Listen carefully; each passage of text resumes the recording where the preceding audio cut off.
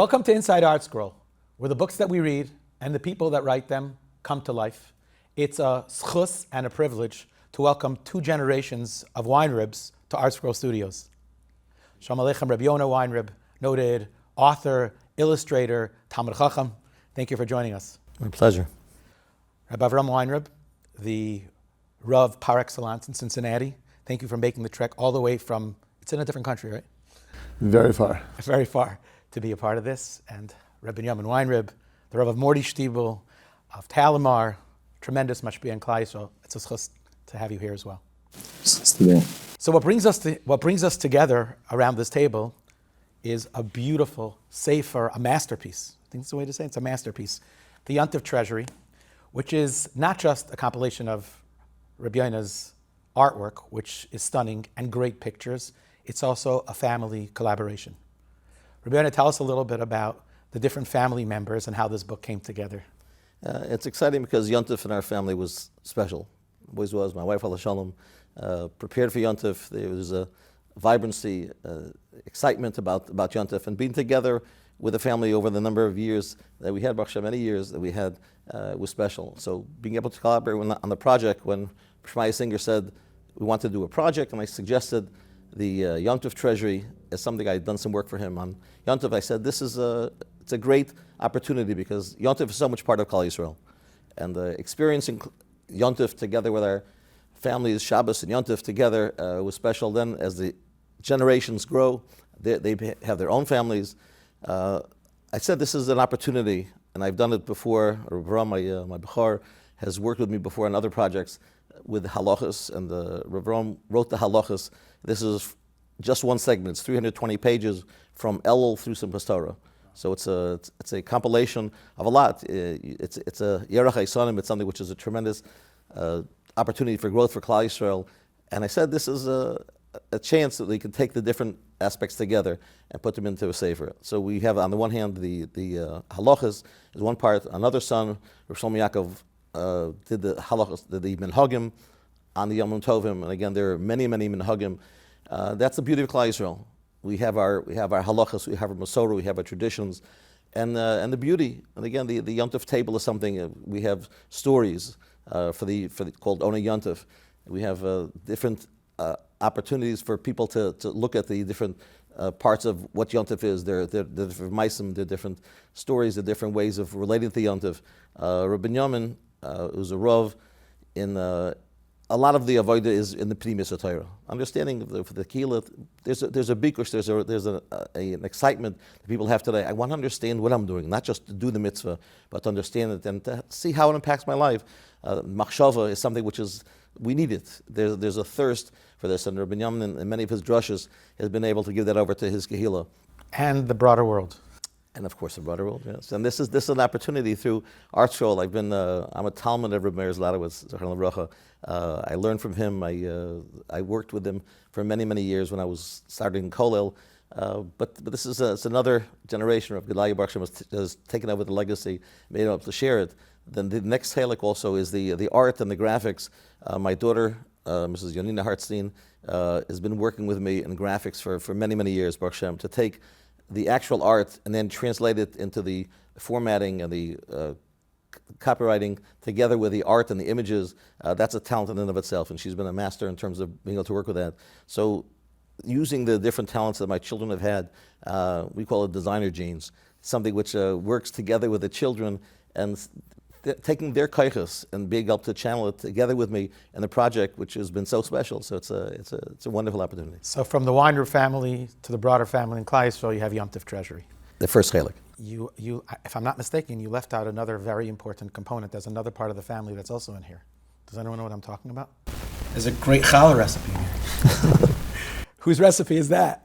Rabbi Binyamin's Rebbe Tzid is a great cook, and that's part of it. That alone is a reason to buy it. You have to check out Rabbi Binyamin's wife's challah recipe. Rosh Hashanah. Listen, it's the Gashmias and the Ruchnias that come together. Even on Rosh Hashanah, when it's the Yom Adin, the Day of Judgment, we eat beautiful meals, and we eat sweet meals. To the sons, we'll start with the Bechor here. What's it like to work with your father on a project? I'm sure it's wonderful and special. Share with us a little bit about that experience. It's incredible. My father is one of the most driven people that I know probably in the world. And that drive is something which he's shared with us, probably imbued in all of us. And he has a line which he says, which has certainly gone down to us. He doesn't work best with deadlines, he only works with deadlines. And he's given that over to us and pushes us, and he's pushed us to really become the best that we can. And it's supposed to work with him and to be part of something of anything he does. It's an incredible, incredible opportunity. And wouldn't pass up for anything, as hard as it was to keep those deadlines. And he pushed and he pushed and he pushed. When's it coming out? When's it going to be? We tried. Baruch Hashem, we did it. That's amazing. Rabbi Yamin, so it's really interesting to see your work inside of a book with illustrations, with recipes, with pictures. Baruch Hashem, your reach is very broad and you speak about many different topics from so many different places. How do you decide what makes it in and what's the right theme and what you keep for your speeches or the other things that you're hearing that you give? So most of the things that have made it in are things that I've said previously in years in shul and Morty Shtibel. I really gave it over to my father to really be able to differentiate what should make it in, shouldn't make it in. But the real goal is to try to make something that's shaval l'chol nefesh, something that's easy for a person to understand, and something like my father said that will give a person the neshama of the yontif. People, like my father said, are searching. They have a real bikush to know what they're doing. Often people have understanding of Elul, Rosh Hashanah, Yom Kippur, Sukkot, the same understanding they have when they're adults as they have when they're little 5, 6, 7-year-old kids. Elul has a certain ring to it. Rosh Hashanah, Yom Kippur, Sukkot, and people don't really mature in the understanding of what is a Yontif, what is a Shabbos, what is Elul, what are we supposed to be working on during Elul, what are the words Ani l'dei divrei li mean, what does Rosh Hashanah mean, what does Tekiyah Shefer mean.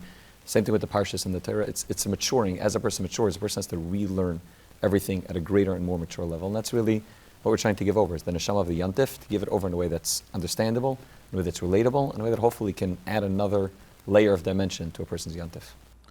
That's wonderful. And I felt that as I was looking through this sefer, this book, this beautiful, magnificent book with pictures and illustrations. Hope you finished the whole thing. I did not finish the whole thing. I will, Mirz Hashem, bli neder by the time Sukkot is over. I'm not up to Simchas Torah yet. I'm just trying to start Elul and Rosh Hashanah. But I really felt like it's a primer. Like if you hold this sefer and you have this throughout Elul, Rosh Hashanah, Aseret Mechuva, Yom Kippur, like you have so much. You have the halachos, so you know what you're doing. You have the machshava, so you know kind of why you're doing it. You have just the beautiful Torah that you shared, Rabbi Yonah, which is kind of the how. So it was, and there's so many moving pieces. And you could take it to the Yontif table, and you could show your children the pictures and even the illustrations. I want to ask the two of you: do either of you have artistic talent? Are you good at drawing? I once tried to draw a straight line. Didn't work. Okay. Didn't work. Rabbi Yamin? No. My line is, I think that everyone's an artist. They just have different palettes. And for Rabbi Avram and for Binyamin, they're masters in the craft. And they're taking, an artist, what it does, he takes the raw materials and creates something magnificent, hopefully. What they've done is magnificent. It's artistry of a very different level. Like Rabbi Binyamin, I know he's working on a sefer also on the same in Yonim. He's doing it in black and white, I'm doing it in color. That's one of the differences. It's vibrant, it's alive. In taking, for the first time in my work, I work with photography as well. Or Baruch Yari, who's a well-known photographer in Israel, has taken magnificent sections of Mei Sharim and the environs of people who've been involved in appreciating what life is all about. And you're seeing it from a very, very pure perspective. And it's the first time I've had photographs but I think it adds such a rich dimension together with little captions underneath to bring a person in. I think anything, it's b'chol drachech do'eyu. How can a person come close to HaKadosh Baruch Hu? And the art is one tool. The music, we have songs for each Yontif, which is... I saw that. That's fantastic. I think it's something which is important because every Yontif, Rishmai, when he said we were talking about the book and the content, he said, "You're having songs?" I said, "Of course." It's something which is, when you want to be at the Yontif table, it's the singing, all the backdrop, everything that can contribute to the beauty of the Yontif. It's the food, it's the elements, it's the company, it's the stories, the machshava. And it's something I think which is important because each of the different parts adds another dimension of Yontif. So that if we can add those together and together with their artistry. Which one of your children selected the songs? Actually, I did. Okay, beautiful. So that's another artistic talent. My father also sings and he plays and he composes. So another aspect of what he does. Wow, a lot of talent. Kanai It's a gift from Hashem. It's what you do with it. Rabbi Yonah, can you we talked about this, I think, yesterday. We were chatting a little bit. Like, as a person who knows absolutely nothing about art, Rabbi Avram and I share something in common, and that's that we ended at this somewhat straight line. Let's say you decide that you're writing this sefer, you're writing this book, and you want a picture of, I don't know, a Kohen Gadol, because I see this one on the cover. Like, what do you start? You take out a pencil, and you take out a piece of paper, and you sketch it, and then you color it? Bring us through that process. It starts really before that. And I think that especially what I'm hoping to do is to really take the viewers and the readers beneath the surface of the text. Very often I work with text, for example, like the Megillah Esther. You go through the Megillah and you understand it and you want to appreciate the story. It's a great storyline. It's phenomenal. It's worked through the generations. But you want to take a person to another level and have them understand what it is. The tools that I work with very often are the Mefarshim. I'll work with the different commentaries. On the project the Chumash, I'll work with the Yalkut Shimoni, the Medrash Rabbah, Rabbeinu Bachya, Ramban, the Gemaras, because the Chazal have an amazing vision of what life is all about. And Chazal gave us with Mashalim, with imagery, and it's basically taking their images and translating it onto paper. And being able so that you can take a visual image again when Rabbi Yonah gives a drasha or Rabbi Ram gives a drasha, it's something they're getting the verbal information, which helps a person process the machshav of the Yom Tov, the machshav of the Shabbos. I'll try to take that from there. Once I get the basic sketching, the idea of what it is I'm trying to create, from then I'll start working with the pencil sketches. I'll work with the outline. Rabbi Meir Zlotowitz, again, one of the limudim I had from him is you have to have a mock-up before you start, because every project needs a direction. So we'll put it together. It's a composite. Again, there's so many different aspects to Yom Tov. So how do I decide which ones I'm working with? So I decided this is the format. Starting with El, there's one part, and we worked with the format to get the machshava part, the halacha part, the menhagim, all the different parts are made it important. Then with the art, I'll select which images can work together with a commentary. And I'll start the sketching, the artwork. I'll compile with different things. Over the years, I've been doing this for many years. I'll take some of the different pieces of art that I've used in other images. For example, I have a section on Hallel. I did a work on Hallel, which of course is distributed by ArtScroll. And in there, I have a small segment of the Hallel. It's not the entire book, but the images of Hallel. It's a work which I did previously. I felt it would add to the understanding and appreciation of you're going through Sukkot, you're singing, it's the simcha of the Yom Tov. And again, the Hallel, the imagery, it was a project which was very, very fun to me. And when I worked on it, it really captured both the artwork and the messages together. Hallel, you sing the Hallel, you say it, and then I'm trying to add the visual dimension to that also. So I'll take that, I'll create my format of what sections are important for the Yom Tov. It's all important, but the things that will speak to somebody and say, wow, I learned something from this. There was a Dvar Torah for the Yom Tov table, a story for the Yom Tov table. There was something which was the halachos, the menhagim, and when it all comes together, once it's put together, at that point I'll say, okay, these are the sections which I need, and I'll try to create something, and I'll do some new art. I'll take some different images that I worked with before to create a composite, which is the Yom Tov Treasury.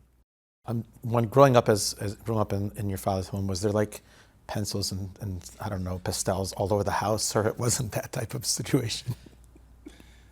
Not all over the house, but it was, my father had his space always. He always worked at home, and he had his corner, which we always knew was like something cool just to go watch and like see things come alive. It's like the coolest thing. Were the mitzvah notes, did they have like little caricatures on them? You can't read his handwriting for anything. You cannot read his handwriting. So the teachers would look at it, like, why don't we try to hold it like upside down? Maybe he was drawing something. Maybe. I said when I write nicely, I charge for it. When he comes to my house, I'm saying my kids right away say, Zaidi, can you make us a picture of something? And they'll color it in, and I'll watch them just sit there and with a pen and a paper. I'll doodle something quickly, and it's a gorgeous picture. Yeah. And these kids are like fascinated, the 4 or 5-year-old kids, and they're watching. There's Zaidi like draw something on paper. And it comes alive. It's so cool. That's amazing. And then they add their colors, so it's like multi-generational. Rabbi Yonah, you brought some props, which is always exciting. This is an actual kosher Megillah? Yeah. Wow. It's a recent creation. We done it some years back. Part of it, again, I wouldn't recommend it for the Balkore because he'll get very involved in the artwork. He won't be out to the mitzvah. I think it's something which I had done. I did it in ArtScroll. I worked with the creation of the work. Again, it goes back. I did for the Gindi family all 5 Megillas. and they collected Megillas. I did starting with, of course, Megillah Esther, which is the most popular. And the beauty of the Megillah as an original had the artwork all around it. But we have to take it beyond the one collector who has the Megillah. We felt it was something which was important, so together, of course, with ArtScroll, we published Megillah Esther. We expanded the edition. We hopefully will have it out next year. But each Amud has the artwork, the Midrashim, the Chazal, which deal with the messages of the text. And this is something that we've published together, the accompanying volume, which share the actual artwork together with the translation and the commentary. And again, it's based on the Midrashim. When people ask me about the artwork and they say, I saw the artwork, I love it, I said, did you read the commentary? And if they say yes, I said, okay, now you've got it. It's a combination. If they just look at the text, at the artwork, without the underlying messages of what it is, I feel that they're missing so much of the dimension. The Chazal is really the beauty that's coming out. And if I can, in any way, I can bring the message of the text together with the commentaries, it just gives a much broader dimension and seeing the beauty of HaKadosh Baruch Hu through the artwork. Is this for sale? Like a person can buy this? People can buy, yeah. I think Hananya Kramer, who runs ArtScroll Studios, said this is actually ArtScroll. That's where I started. That's amazing. I'll ask this question to the Rabbanim here. Like, this always was something very fascinating to me. Like a Sefer Torah, you would not be able to make illustrations. It has to just be the Shechayra and Levana. But for some reason, you find traditionally Megillas that had extravagant and beautiful Haggadahs, art. Megillas. Sure. Yeah, but Haggadah is a printed Sefer. This has Kedusha. It's a klaf. Where does that come from? That like the Megillah is the one thing where you can kind of express your creative side. Do either of the two have a thought or a theory? That's a great question. Some commentaries there's some postscript would say, well, no, it's a Judaica piece. At the end of the line, it is something which is beautiful in terms of Judaica. It's a way to like Kabbalas Hashem Mehonecha, using the talent to create something which is beautiful. Again, it's not the norm. There aren't a lot of illuminates. There are things in history. There are Haggadahs. It's a sefer. Again, the Balkori would probably not use it. The person who wants something as a kosher is a beautiful piece of Judaica, and it's something which expresses the messages of Chazal through the artwork. And again, each panel has as the Kshazek comes and Ofel, the positive against the negative, Klal Yisrael against Amalek. So there's a lot of imagery and thematic. So again, the messages are important. Would everyone have with it? Probably not. It's something which is, I think, is important as a piece in Judaica, and a person who understands that I want to get the beauty, like any mitzvah. There's Hiddur mitzvah, something which a person appreciates, and I see it. Zekeli v'anvehu, so halavai, we can contribute to that as well. I think probably part of the reason why about Megillah Esther specifically is the story of Megillah is That's it's what's an artwork. right. It's an artwork. No, I mean the story The itself. story is Hashem's the artist, painting the picture, and you see a stroke and another stroke and another stroke, and as you follow through the story, you slowly start to zoom out and you start to say, wait, there's a picture taking place. And you're able to zoom out and see the beauty of what Hashem did. Yes, that's a Pnimius. That's a beautiful shot. It's going to make it onto Shir maybe, or maybe into the Yom Tov Treasury for Chodesh Adar. Next is it. Was there a moment? I'll start with you. Was there a moment as you're going through the halachos of the Yom Neiram and Rosh Hashanah, like a certain halacha that you're like, whoa, I don't know if I knew that or I wasn't sure about that, and like, wow, I'm so happy I did this because now the halacha is clear. But could be, unless you're so clear in Shulchan Aruch that that's not even a question to ask you. Everything was a great chazara. It was something which was going through it. But yeah, it definitely gave a different perspective, putting it all together, like formatting it and structuring it. Structure halacha, like when you have it set up in that way, it gives it a tremendous clarity. So I felt really I gained tremendously from it and just going through it. Obviously the research you have to put into it, make sure it comes out clear and you know it clear, and like it's very succinct. Like everything was like short bullet points, and to boil it down to that was very, very important. And also like you can't say, well, some say this and some say that, and like in the short it has to come out. The clear it has to be clear. So that itself it forced the clarity to be able to come to a clear maskana and something which really people can gain from. When did you write this? 3 in the morning, 2 in the morning. I didn't mean what time of day. I'm curious when in the calendar. Did you just finish writing it? Was it written a year ago? It was nothing to do with the time of the year. Right, that's what I'm wondering. Like if you wrote last year during Yom Tov. Yeah, I'm not sure exactly when it was, but it wasn't. When do we put it out? I don't know. When we originally came out with a preview edition last Yom Kippur, I think my feeling was, and part of the beauty of the project is normally we think of Elul during Elul, Rosh Hashanah during Rosh Hashanah.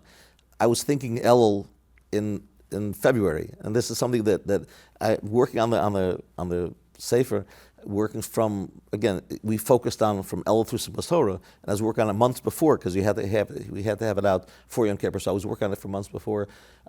It's something it gives a person a focus and clarity when you're going through it. The halachos, again, as Ron mentioned, it's very clear, and that's something which I think is important. That in anything, there's so many different dimensions of what Yom Tov is all about, and to take it, and this is what it is. The minhagim, Klal Yisrael is filled with many minhagim. My son Shlomo did the minhagim to just capture the tapestry of what Klal Yisrael is all about. It's so rich, it's so vibrant, and saying this is one minhag and this is something else. Why we have Davash on Rosh Hashanah? It's amazing. We spoke about it in our shir the other day. It's something we had an understanding of, an appreciation of the different aspects of what the Yom Tov is. So it can happen months earlier, or it can happen in B'Shas Ma'aseh. I think it's brought down for sure in the Chassidish Svarim that the same way that if you learn about karbanos, it's as if you brought a karban. If you learn Gemara Sukkah, let's just say, during the year, you also on some level get the mitzvah of Sukkah. So you have a Chodesh El. You're good, Rabbi Weinrib. You don't have nothing to worry about. I asked this question to a bunch of Chashuva guests that we've had here in ArtScroll Studios who've done Svarim about Elul, Rosh Hashanah, Yom Kippur. For many people, Elul is scary, like days of awe. That's Yom Noyram. People don't do well these days with fear, right or wrong. Just as a Rav, as a Mashpia, and I'm sure also you've touched on this in the sefer, like what's the right perspective, a healthy perspective for a person to have in Chodesh Elul, and as they build up their ruchnistic muscle going into Rosh Hashanah, Aseres Mitzvah, and Yom Kippur? I think 2 points. I think first of all, I learned in Kail, I got Smicha Rabbi Tzig Berkowitz. They always used to say the fear of Elul is misunderstood. The fear of Elul is supposed to be a fear of missing out on an opportunity. That's what it is. Elul is an opportunity of anila day dili. Baltani writes Hamelech Basada, but it's an opportunity of closeness to Hashem, of perfecting oneself, of getting to a state of closeness, of dveikus to Hashem. So the real fear a person is supposed to have is just a fear that I'm given a golden opportunity and I didn't use it properly. That's supposed to be the pachad, not the pachad of the pachad of I want to use this properly. Hashem's giving me a month, which is called Yimei Rachamim, Yimei Ratzon. These are days in which I can go ahead and have an easy access to the Rabban Shalom, an easy access to be able to go ahead and fix things in my life. The Hashem is giving me this golden opportunity. The only fear a person should have is a fear that I'm not going to utilize the days properly. So I think that's first of all, just it zooms out a little bit on what's the fear supposed to be. Not just fear and anxiety, but fear about what an opportunity I have, and I want to make sure I don't misuse it. I think also, I mentioned it earlier this week on Rosh Chodesh, that there's the Rambam in Hilchas Tshuva, in Perek Beis, Halacha Beis, says when he says Mahi Tshuva, Rambam defines what is Tshuva. So the Rambam says there's 2 steps in Tshuva. The Rambam says the first step in Tshuva is a person says what he wants tomorrow to look like, that he doesn't want to be involved in the things that he's involved in. And then the Rambam says the second step is charata on what he did. Embarrassment, charata, shame over what he did, to go ahead and to feel bad about what he did, which is called charata. And I saw from Moshe Sternberg, he points out that the Rambam switches the order. In the first parak, he says the order is first charata, and then Kabbalah al-Asid. In Perek Beis, he says first Kabbalah al-Asid, and then charata. And Moshe Sternberg said very simply, he said if a person spends his whole Elul working on charata, ala avar, he's never going to be able to get to Kabbalah al-Asid. He said the first step the Rambam's telling you, and what tshuva should look like, and what Elul should look like, is not yesterday. People often think that Elul begins with looking back at the year. He said Elul begins with looking forward. Elul begins with what I want tomorrow to look like, what I want the next year to look like, what I want Tafshin Pei Vav to look like. That's the most important question a person can ask himself during Elul. Not how bad do I feel about what I did. First step is forward. First step is Kabbalah al-Asid. First step is tomorrow. And then once I've worked on tomorrow, once I've figured out a plan for tomorrow, when I'm in the tomorrow, then I can go back and say, okay, what yesterday looked like that I'm not happy about? Where do I have charata about what yesterday looked like? That's very empowering, because I think we get stuck in the guilt. We're so good at Jewish guilt. There's no such thing as Italian guilt. Jewish guilt, somebody made that word up. And to be able to be confident and to see the better part of you definitely will help sort out the past. One of the tzaddikim said, he said, if a person gets hit in the battlefield with a small bullet and he's bleeding, if he sits down on the battlefield and starts cleaning the wound and taking the bullet out, he's a sitting duck. Unfortunately, the person could lose their life. Get off the battlefield, get to the medic's tent, and then once you're in a safe zone, you're in a safe place, then you can clean out, then you can take the bullet out, then you can clean the wound. Tshuva is the same thing. Get to a safe place. Get to tomorrow, and then you can work on yesterday. Beautiful. That's so beautiful. Now I just realized that's why Rosh Hashanah is before Yom Kippur, because Rosh Hashanah is about the future. Once you have the future set up, then you can figure out the past, which is Yom Kippur. Beautiful, amazing. Okay, it's going to be transformation just by having this conversation. I think part of it was like, and when the neshama of Elul was the relationship with the Kadosh Baruch Hu, and that's really something which Rabbi Yonah captured as you hear now. But it's something which we try to put that into writing, so that someone who doesn't have the opportunity to hear it live, or they can't have the access to a podcast, they can have the sefer, they can look at it and say, okay, this is my. And again, it doesn't mean the person shouldn't go through all the Svarim, the Shari Tshuva, and all the Svarim as well. But I think something that we try to encapsulate some of the messages. And again, we're in a generation that the visual is very important. We don't have the attention to go through all the things. But if you can try to capture some of the important messages in just these few paragraphs and these pages, together with the artwork, which is really just to invite the reader into the book, then hopefully we'll capture some of the messages about Yom Tov. What's the next volume?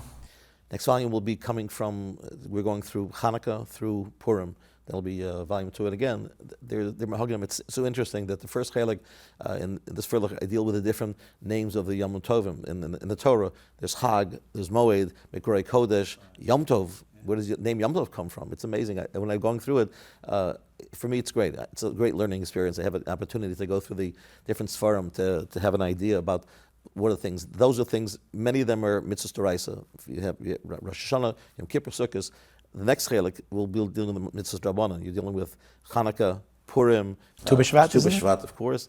Tu B'Shvat will touch on Shovavim, on different things which are part of the fabric of Klal Yisrael, the rice of the Rabbanon, and it's so important because I think, and it's so rich. You think about the minhagim of Hanukkah and Purim. Again, the Megillah, Neris Hanukkah.